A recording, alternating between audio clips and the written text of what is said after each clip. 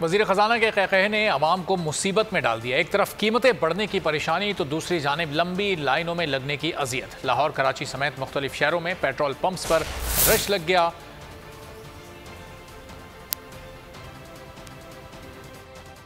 आपको तो महंगा हो जाएगा, but the rest of you will B.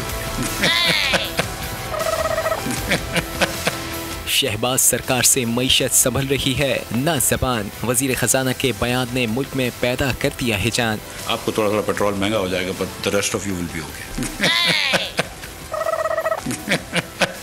Miftah Ismail ने पेट्रोल की कीमतें बढ़ने का इशारा दिया।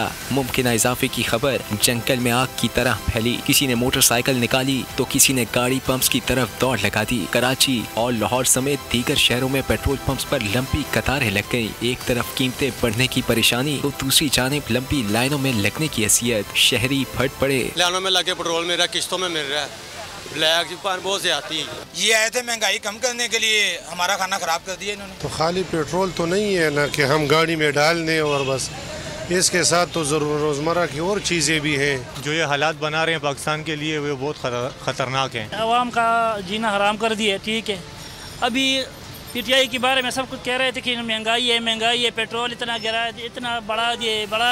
बिलाखिर वज़ीर ख़ज़ाना को ख्याल आया। ट्विटर पर कीमतों में इजाफे से मुताल्लिक खबरों की तरतीब की। लिखा, पेट्रोलियम मसनूआत की कीमतों में आज कोई इजाफा नहीं किया जा रहा।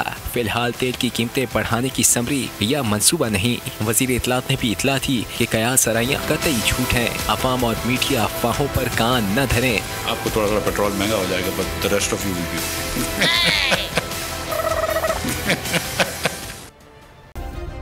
सब्सक्राइब करें और बेल दबाएं ताकि कोई खबर रह न जाए।